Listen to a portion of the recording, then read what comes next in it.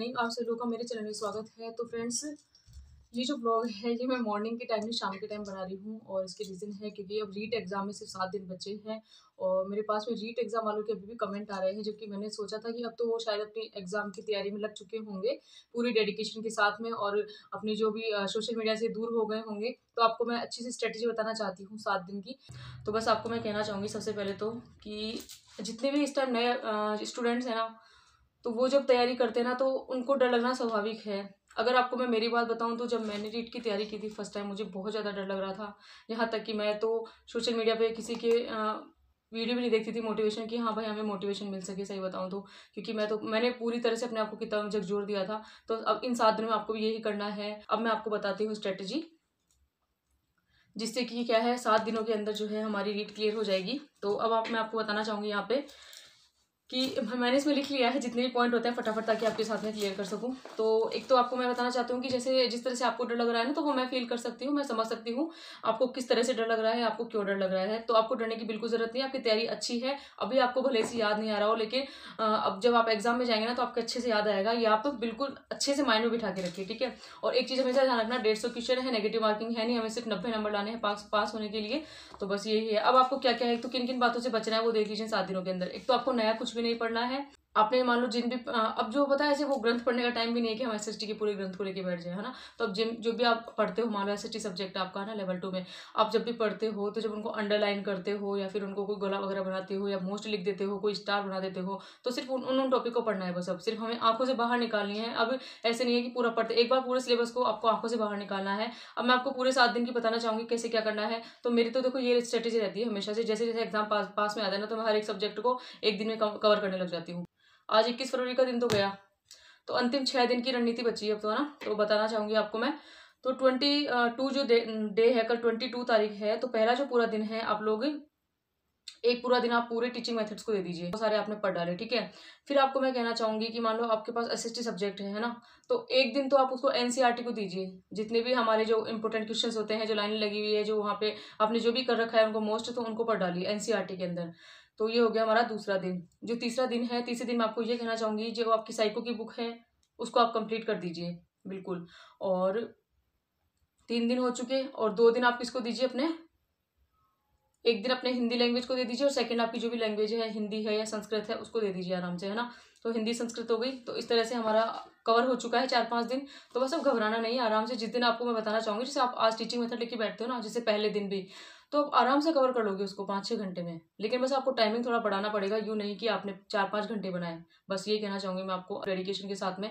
तो no social media. तो बस आपको एक चीज और कहना चाहूंगी, अब तो मतलब आपको पता है डर इसलिए लग रहा है, अब आप टेस्ट मत दीजिए लास्ट टाइम में, क्योंकि वैसे तो हम टेस्ट देते हैं फिर घबरा जाते हैं। अब टेस्ट देने की कोई जरूरत नहीं है, सिर्फ आप अपने थ्योरी जो भी आपके नोट्स जो भी पढ़े हैं आपने, बस उस मैटर को आपको पढ़ना है और अपने आप को मतलब बिजी रखना है। आप पता है डर क्यों लग रहा है आपको, क्योंकि आप कहीं ना कहीं रिजल्ट के बारे में सोच रहे हो, प्री क्लियर होगा नहीं होगा। एक बार आप अपने आप को बिजी रख के देखो, अपना शेड्यूल बिल्कुल बिजी रख लो, सुबह से लेकर शाम तक, शाम नहीं तो रात तक। रात को आप सच बता रही हो, आपको इतना पढ़ो कि रात को बस लेटते नींद आ जाए। तो इस तरह से आपको बिजी रखना है, तो कुछ गलत बातें हमारे माइंड में नहीं आएगी। उससे क्या होगा, मतलब जब गलत बातें माइंड में नहीं आएगी ना, तो बस सवाल ही नहीं उठता है कि हमको डर किस बात का लगेगा, जब हमको सोचने का ही टाइम नहीं मिल रहा है। तो सिर्फ हमें हमारा सिलेबस कंप्लीट करना है और बाकी बिल्कुल टेंशन नहीं लेनी है। अपने माइंड को जो है बिल्कुल आपको फ्री रखना है, लापरवाही बिल्कुल नहीं करनी है और इतनी जल्दबाजी भी नहीं करनी है, बस ये आपको कहना चाहूंगी।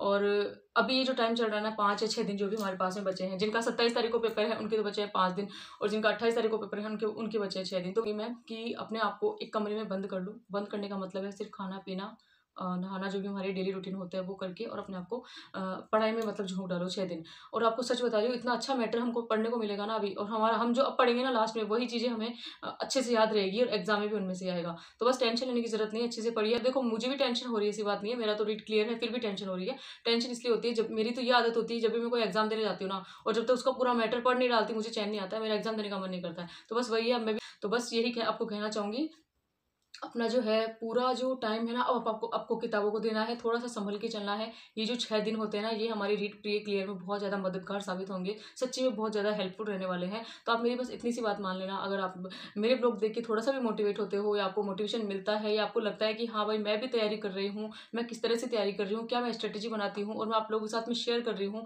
तो आपको कहीं ना कहीं लगता है कि अगर मैं थोड़ा सा भी आपको मेरी बात सही लगे ना, तो बस इन 6 दिन में आप अपने आप को बिल्कुल किताबों में झकझोर देना है। जिसकी हाँ एक चीज़ बताना चाहूँगी, जिसका एस एसएसटी क्लियर नहीं है उसको एसएसटी क्लियर करने लग जाए, उसको 2-3 दिन ले लेने आराम से, भी हमारे पास 6 दिन है। अब क्योंकि जिसका साइको क्लियर है, हिंदी क्लियर है, तो बस बचा क्या है, एसएसटी और संस्कृत है, जो भी लैंग्वेज उनकी वो बची है वो उसको क्लियर कर लीजिए। तो इस तरह से मतलब अपना जो स्ट्रॉन्ग पॉइंट है इसको थोड़ा सा ज़्यादा जल्दी टाइम में पढ़ लीजिए, और जो वीक पॉइंट है जिनको हमको लगता है कि हाँ हमने इसको क्लियर नहीं किया है, तो उसको थोड़ा सा टाइमिंग दे दीजिए, हमारे पास 6 दिन आराम से। तो बस कहना चाहूँगी आपको, इस तरह से हमारे 5-6 दिन हो गए हैं, और जैसे एग्जाम से एक दिन पहले होता है उस दिन 6-7 घंटे पढ़िएगा और आराम से रेस्ट कीजिए। आपको अगर म्यूजिक अच्छा लगता है तो म्यूजिक वगैरह सुनिए, ये मैं कहना चाहती हूँ, क्योंकि मैं इसी तरह से करती हूँ। एग्जाम के एक दिन पहले मैं रेस्ट लेती हूँ, पूरे दिन रेस्ट नहीं लेती मैं, बस थोड़ा थक जाती हूँ, तो मुझे लगता है अपने माइंड को हमको ज़्यादा यूज़ में नहीं लेना है, बस अब हम यहीं पर रुकेंगे। म्यूजिक वगैरह सुनती हूँ, आराम से रेस्ट करती हूँ, मैं मूवी भी देख लेती हूँ, ऐसी बात नहीं है। बस एग्जाम देने जाती हूँ अगले दिन, बिल्कुल टेंशन फ्री होकर। आपको भी यही करना है, यही स्ट्रेटेजी अपनानी है। अगर आप बिल्कुल इसी स्ट्रेटेजी के साथ में 6 दिन पढ़ते हैं तो इन 6 दिनों के अंदर हमारी रीड आराम से क्लियर हो सकती है। और स्पेशल ये ब्लॉग मैंने जो बनाया है, अभी मेरे पास कमेंट्स आई थी, उनका नाम भूल गया, आई थिंक विमला चौधरी ऐसे कुछ नाम था उनका, तो मैं उनके लिए स्पेशल मैं इसलिए बना रही हूँ क्योंकि अब उनका कमेंट जब 6 दिनों पहले आया, उन्होंने कहा है कि एक बार दीदी आप जरूर ब्लॉग बनाएं कि ना हम किस तरह से पढ़ें 6 दिनों में। तो बस आपको यही क्लियर करना है, बिल्कुल एक एक दिन का मैंने बता दिया आपको, हर दिन एक बुक को लेके बैठना है अब।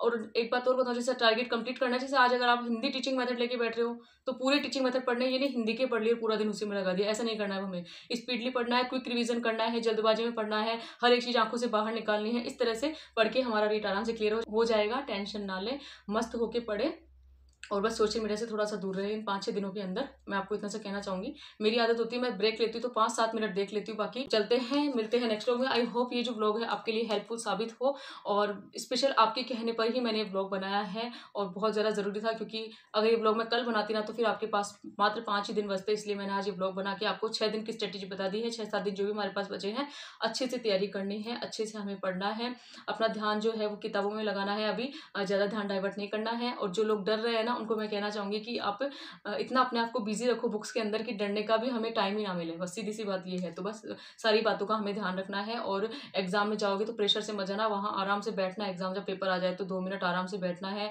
रिलैक्स फ्री, बिल्कुल अपने माइंड को बिल्कुल हमें रिलैक्स करना है। पेपर का कैसा भी क्वेश्चन आ जाए, लेकिन बस हमें घबराना नहीं है कि पहला दूसरा क्वेश्चन नहीं आया, कोई बात नहीं, कहीं बीच से शुरू कर दो।